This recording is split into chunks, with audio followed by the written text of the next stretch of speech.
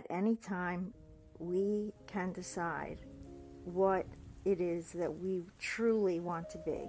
I imagine that some people just don't. I read something really interesting today.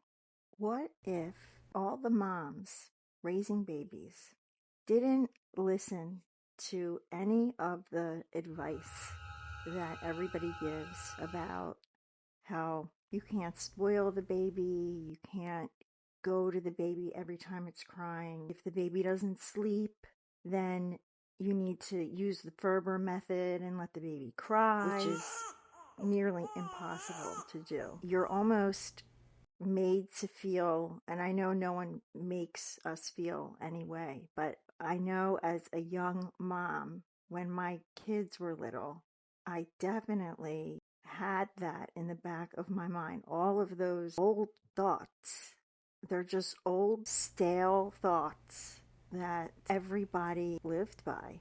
Not everybody, but a lot of people. I remember wanting to do all the right things for my babies. I know there's definitely moms out there that didn't listen to the general public and did and still do what they want. So good for them. Then there's others of us that take a little longer to catch up to the program, a little longer to wake up and realize that so many of our rules growing up and the way things were thought about, such an old way. That's how a lot of patterns get repeated. I know genetics has something to do with it. Children should be seen and not heard. We definitely knew this rule as kids. It also was related to respect. It was thought to be respectful if you followed that children should be seen and not heard.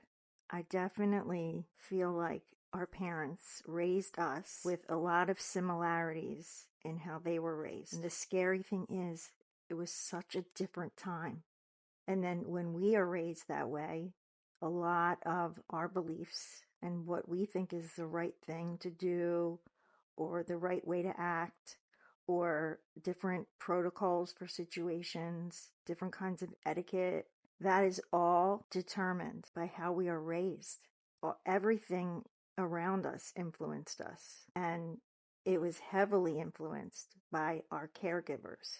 So a lot of the old ways of thinking, the limited mind, closer to that reptilian mind that people so often refer to when they're talking about spiritual awakening.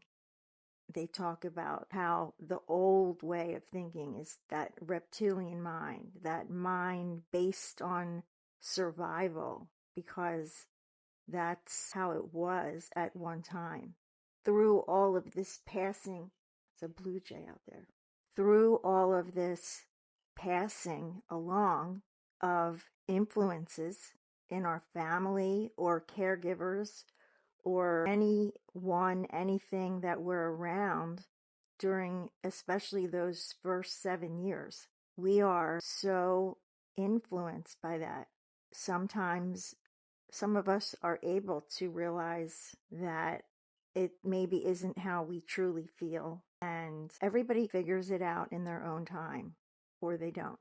I imagine that some people just don't. It seems that the older way of thinking is more the way a lot of people are before they start to have a spiritual awakening.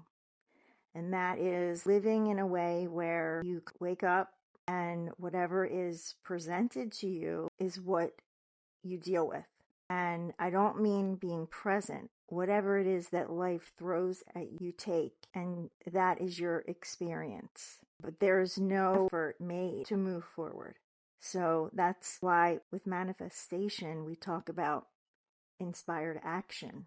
Because for growth, progression, manifestation, we do need that forward action, that movement, not to be stagnant and just sort of be passive and handle things as they arise. So that reptilian mind in the survival mode is kind of on the defense all the time. So anyway, just very interesting. Once you start to think about where your rules came from, where your habits come from, where everything comes from, because it's all influenced very much by those early years. The nice thing is at any time we can decide what it is that we truly want to be. And in that moment, you have the power to decide what you want to be. It's truly up to you.